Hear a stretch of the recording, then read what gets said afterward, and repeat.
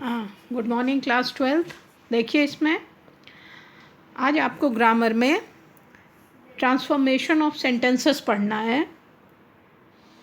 Transformation of sentences मतलब एक sentence जिस फॉर्म में हो, जिस रूप में हो, उसका हम रूप बदल देते हैं। ठीक है, मतलब उसको हम किसी दूसरे तरीके से लिख देते हैं। ग्रामर को ही फॉर्म में, ग्रामर का फॉर्म उसका सही भी रहेगा, लेकिन उसका अर्थ नहीं बदलता है। ये आपको बुक में मिलेगा कि अर्थ नहीं बदलना है, बस हमें सेंटेंस को चाहे जैसे हो उलट पलट के हमें लिख देना है। We have to write the sentence without changing its meaning. ठीक है, लेकिन अब होता यह है कि कभी कभी इसमें और बहुत तरह के ट्रांसफॉर्मेशन होते हैं, बहुत तरह से चेंज किए, मतलब उनके चेंज करने की बहुत सारे हैं मेथड।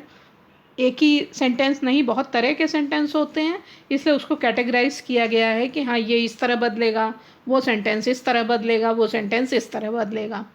बदल दिया हमने, लेकिन ये कहना कि हाँ पूरा पूरा उसका अर्थ भी ना बदले, ऐसा नहीं होता है। क्योंकि जब हम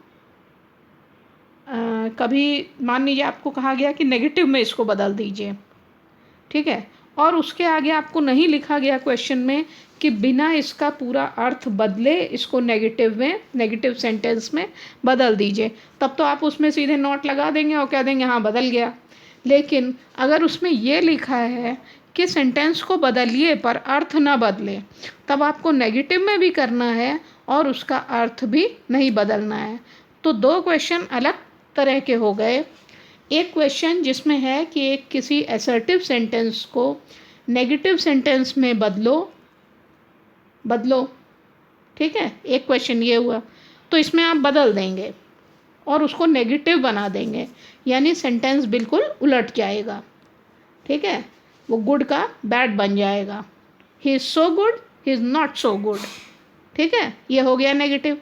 लेकिन अगर इसी सेंटेंस को ये कहा जाए कि आप इसको चेंज तो करिए लेकिन ये इसका अर्थ ना बदले, तो ही इज़ सो गुड।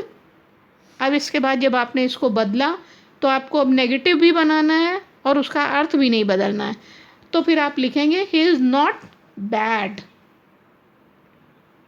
ठीक है, he is not so bad, यानी अब आपने इसका वर्ड भी बदल डाला। आपने नॉट भी लगाया, नेगेटिव भी बना दिया, पर आपको शब्द बदलना पड़ गया। पर यह है कि अर्थ नहीं बदला, है ना, अर्थ तो नहीं बदला जो पूरा सेंटेंस था। He is not so good, अभी भी अर्थ आ रहा है कि हाँ he is not so bad. तो यानी अगर नॉट सो बैड है तो क्या है, सो गुड ही है। तो इस तरह से सेंटेंस इसमें चेंज होते हैं, ट्रांसफॉर्म होते हैं। पर यहाँ ट्रांसफॉर्म करने के लिए हमें ये नहीं, ट्रांसफॉर्म करने के जो आपके बुक्स में दिए रहते हैं जो मेथड, वो बहुत कुछ है, उसमें अर्थ नहीं बदलेंगे, कोशिश यही होगी। लेकिन आपके सेंटेंस के फॉर्म जो हैं वो कभी कभी कुछ सेंटेंसेस होते हैं जो TOO लगा करके होते हैं। देखिए इसमें नीचे इनकी कैटेगरी ये लाइन से दी हुई है, ट्रांसफॉर्मेशन की प्रमुख विधियाँ। तो अब इसमें नीचे दिया हुआ है, टू लगा करके लिखा हुआ है, तो उस टू को हटा करके तब सेंटेंस बनाना। अब वो सेंटेंस चाहे जैसा भी बने हैं। वैसे ये होता है कि एक सिंपल सेंटेंस होता है और सिंपल सेंटेंस जा कर के बन जाता है कॉम्प्लेक्स सेंटेंस। अब ये टू हटाएंगे तो जो सेंटेंस बनता है वो अक्सर कॉम्प्लेक्स ही बन जाता है।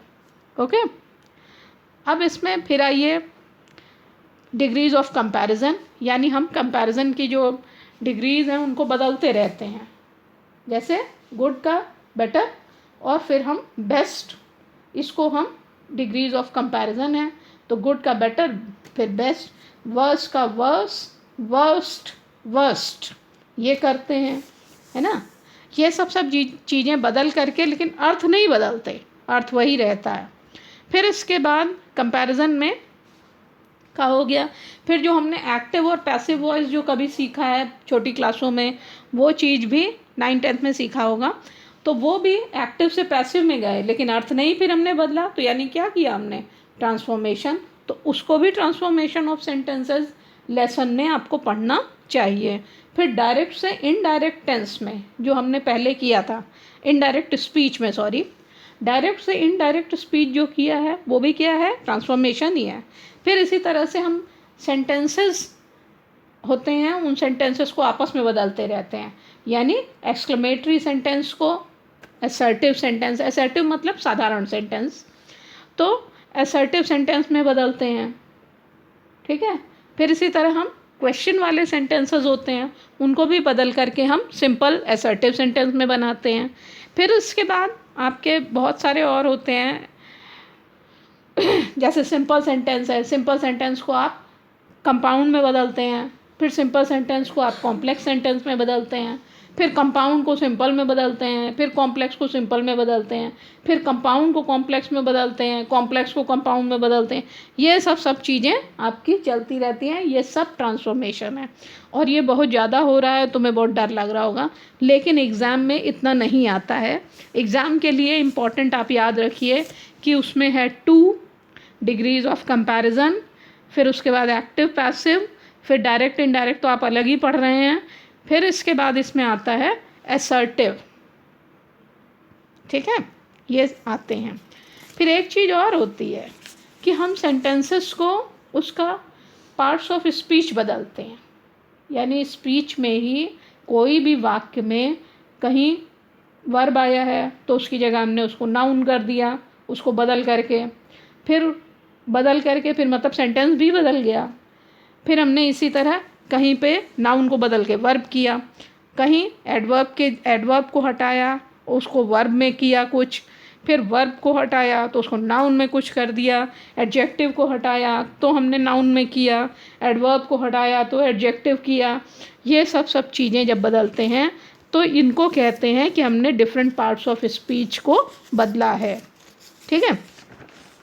अब आओ, इसमें नेक्स्ट है आपका ये, सबसे पहले हम लोग इसमें करेंगे use and removal of adverb too. जब सेंटेंसेस में TOO टू आया हो तो हम उसको कैसे चेंज करते हैं। इसमें सबसे फर्स्ट एग्जांपल ही देख लो, तब फिर हम आगे बताते हैं। इसमें है, देखो, कोई सेंटेंस जिसमें टू आया हो, तो इसमें पहले लिखा हुआ है he is too busy to come here, लिखा है, मिल गया, ठीक है। He is too busy to come here, he is यानी प्रेजेंट टेंस में है सेंटेंस, टू बिजी, बिजी तो ठीक है, बिजी मतलब बिजी रहना, अब ना आ गया, इसका मतलब वर्ब है, वर्ब का टू बिजी, वो बहुत ज़्यादा बिजी है, अत्यधिक बिजी है। तो अब टू बिजी का मतलब टू क्या हुआ यहाँ पे, TOO, ये हुआ आपका वर्ब को क्वालिफाई कर रहा है, इसलिए ये एडवर्ब है। टू कम हियर, अब ये दूसरा वाला टू है, टू कम हियर, वो बहुत अत्यधिक बिजी है यहाँ आने में। अब ये सेंटेंस इस तरह है, लेकिन अगर आप इसको सीधा करके लिखना चाहें, TOO हटा करके, रिमूव करके, तब आप इसे लिखेंगे वह इतना बिजी है, he is so busy that he can not कम। तो अब इसको करने के लिए इसका एक प्रोसेस होता है, वो ये है कि अब टेक्निकल चीज़ पे आओ कि TOO को हटाओ, उसकी जगह सो, वेरी, ये सब यूज़ करो। फिर उसके बाद बिज़ी लिखो, बिज़ी के बाद दैट लिखो, ठीक है। मतलब टू के साथ टू बिज़ी, हो सकता है और 2-4 शब्द आए हों, एक टू से 2 टू के बीच में जितने शब्द आए हों उनको यूज़ करो, सो लगा करके उतने शब्दों को लिखो। फिर आप उसमें दैट लिखिए, दैट के बाद लगाइए कि वह कि वह ये काम नहीं कर सकता, है ना। तो घर आने में वह इतना बिजी है कि यहाँ आने में, यानी वो यहाँ नहीं आ सकता, तो वह इतना बिजी है कि वह यहाँ नहीं आ सकता, कि वह ही कैन नॉट कम हियर, ठीक है।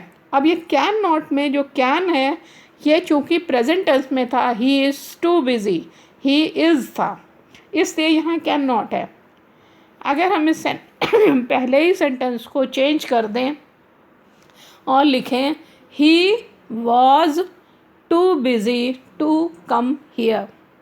ठीक है, अब हमने इसकी जगह वॉज लिखा, तो यही पहला सेंटेंस बदल करके हो जाएगा। सेकंड लाइन में देखो, ही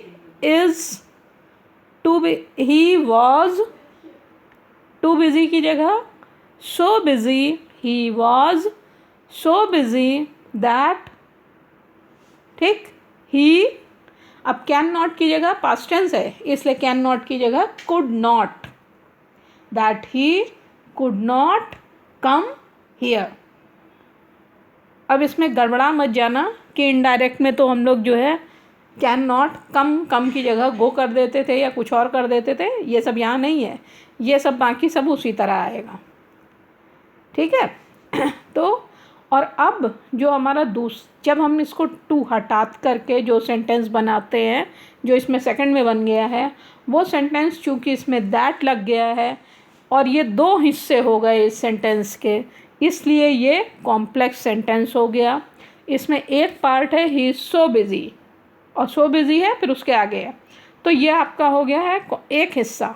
और उसके बाद that he can not come here, तो that he can not come here ये इसका दूसरा हिस्सा है।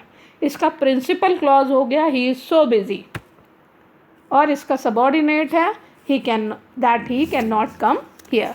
अब ये चूँकि that he can not come here ये डिपेंड है, ये अकेले अपने से काम नहीं कर सकता, इसका सब्जेक्ट ज़रा एम्बिगुअस हो जाता है, इसलिए ये आपका कॉम्प्लेक्स सेंटेंस है।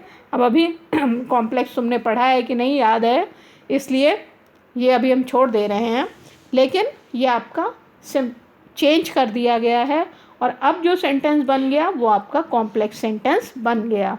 तो कॉम्प्लेक्स सेंटेंस में भी याद कर लीजिएगा कि उसमें दैट भी होता है। WH तो आपको याद होगा कि उसमें WH वाले वर्ड आ जाते हैं, लेकिन दैट वाले भी आते हैं।